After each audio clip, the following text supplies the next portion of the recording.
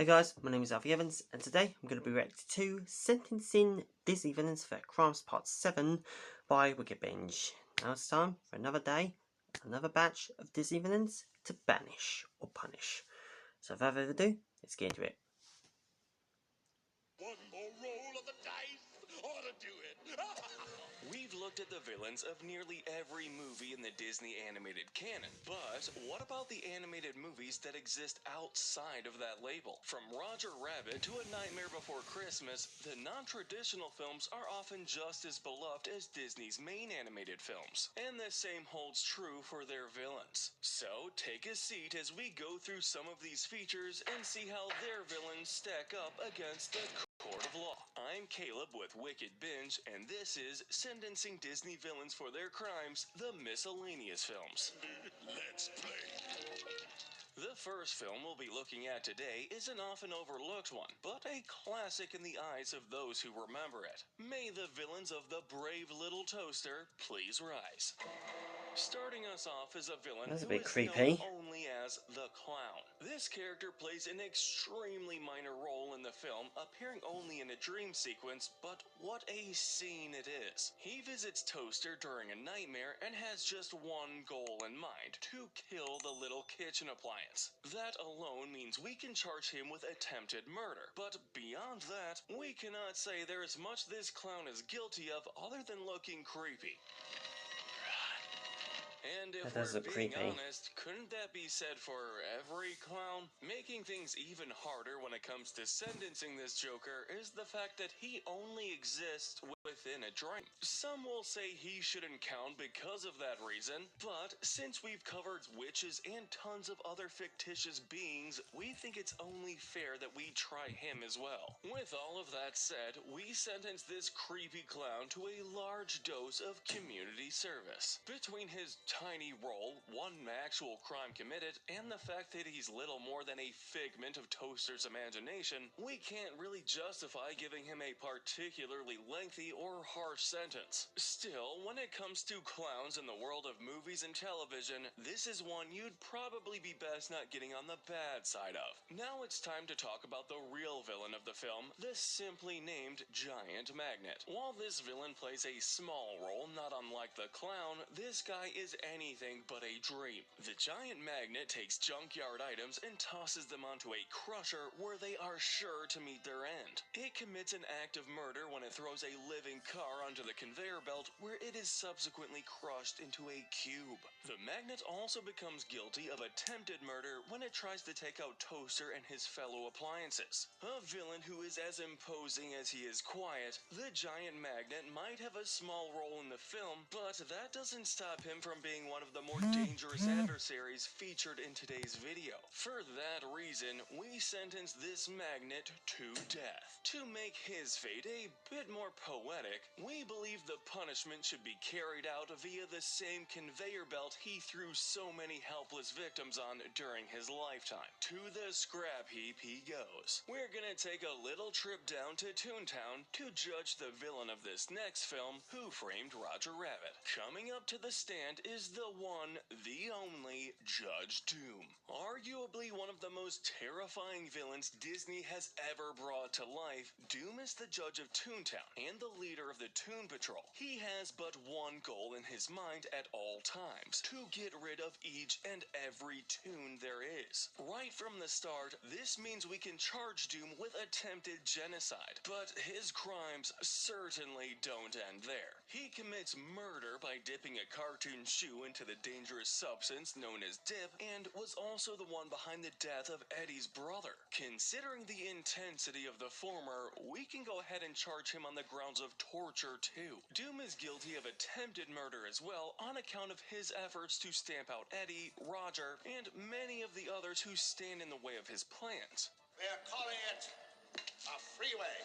Lastly, it's pretty safe to say that Judge Doom is one judge who likes to abuse the power Death. given to him. He uses his social status to further his political agendas and to get rid of those he deems a threat instead of using this power to make Toontown a better place. With all of that said and done, how could we give Judge Doom anything but the death penalty? Yes. The tune to end all tunes, Judge Doom poses a major threat to all the inhabitants of the land he resides in, and we find the idea of rehabilitating him too implausible to take seriously. It really is a no-brainer here. As for how the punishment will be carried out, while we could speculate and theorize, let's be honest with ourselves. There's no worse fate we could give him than the one he got in the film. It's time to get a little festive as we look at the villains of the next film, The Nightmare Before Christmas. Kicking things off, one of the most terrifying residents of Halloween Town, Oogie Boogie, takes the stand.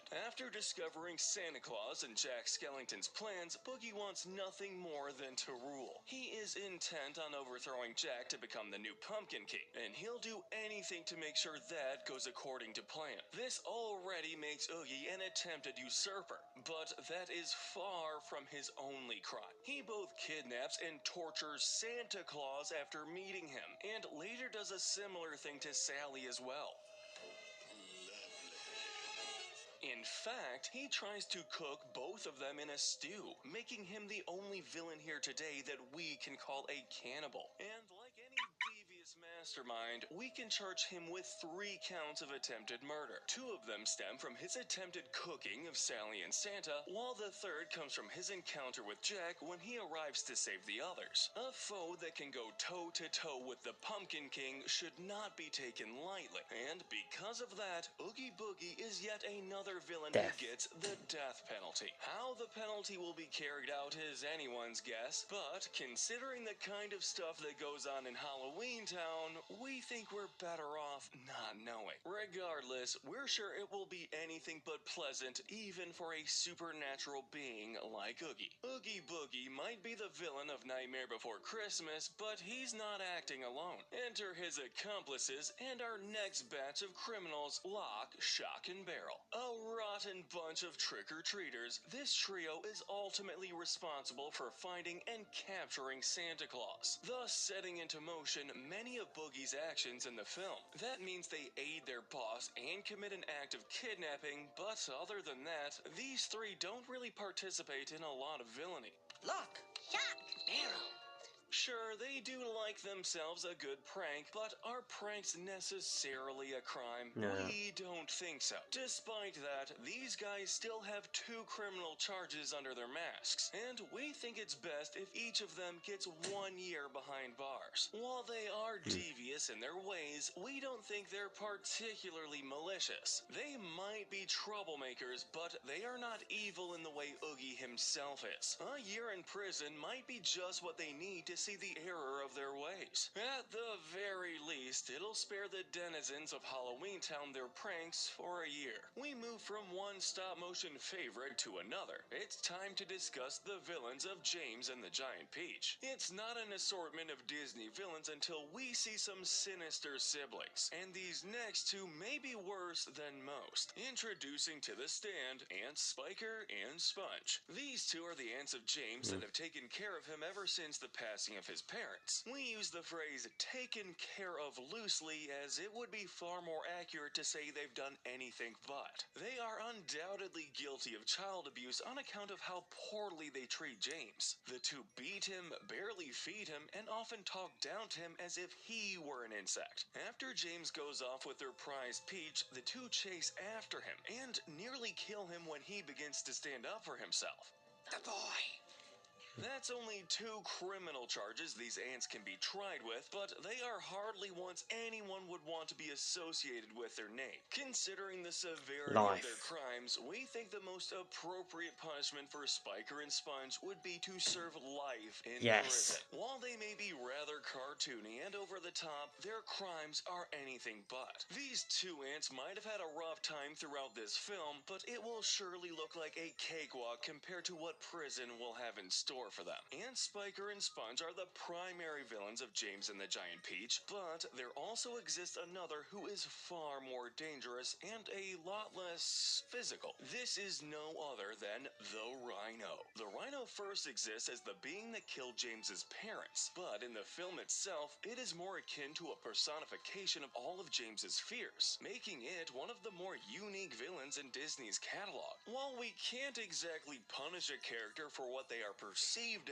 as, we can definitely judge them on an account of what they've actually done. In the case of this rhino, it has killed 2 people, and because of that, we believe that this beast should be sentenced to death. While we don't see these acts committed in the film, they have a huge impact on both James's life and his mental well-being, and that's more than we can say than even some of the other villains who we've given this punishment to. It will hardly be an easy thing to carry out, but we truly believe it's the best course of action given these crimes. But real quick, before we get to our last entry, if you're enjoying the sentencing format, make sure to check out our Cinema Sentencing channel. We'll actually be Go sentencing subscribe. characters from live-action movies and television series over there. Link below. We have but one more villain to look at, and he comes from the 2011 CG film Romeo and Juliet. Introducing the Red Gnome, known...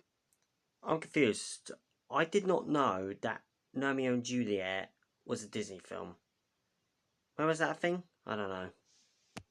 only as Tybalt. Based on this same character from the original Shakespeare play, Tybalt is Romeo,'s rival, and he'll do anything to prove that he is the better gnome. While it seems more playful than anything else at first, their relationship does start to take a darker route. He assaults Romeo when he learns he has left the garden, and also does the same to his friend Benny after he accuses him of cheating during a race. Later in the film, he tries to kill Benny, but only chops off his cap.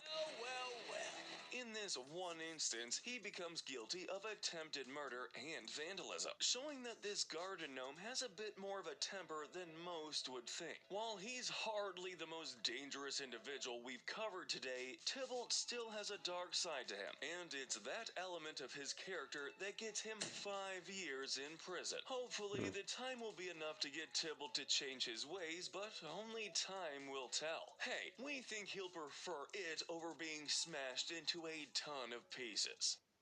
Okay. That's odd. Well, okay. I think the harshest punishment has got to be Oogie Boogie, and also other villains that have also gotten sentenced to death.